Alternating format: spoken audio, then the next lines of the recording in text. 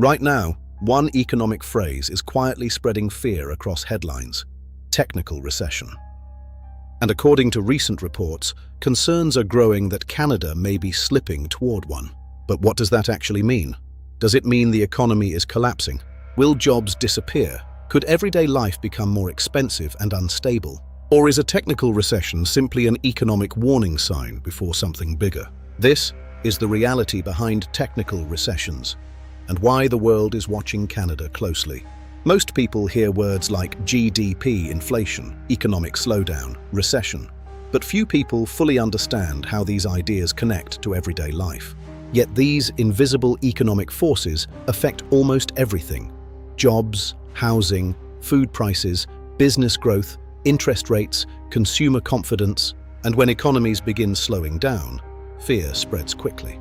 Because modern economies run on something surprisingly emotional: confidence. A technical recession usually refers to a situation where a country experiences 2 consecutive quarters of negative GDP growth. GDP stands for Gross Domestic Product.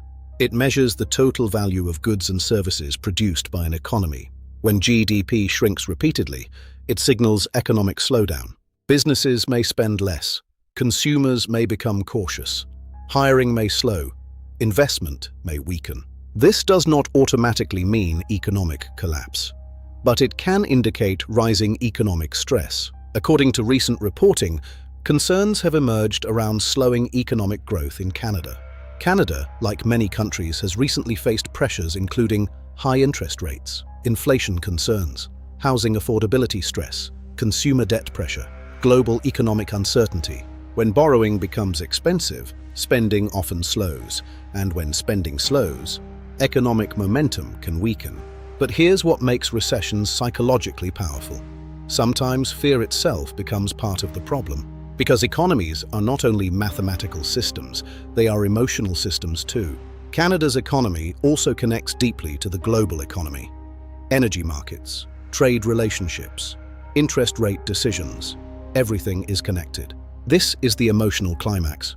Because recession fears are not just about charts. They're about ordinary people, families worrying about bills, workers worrying about layoffs. No one can perfectly predict economies. Some slowdowns remain temporary, others become more serious. A technical recession is not simply about numbers, it's about momentum.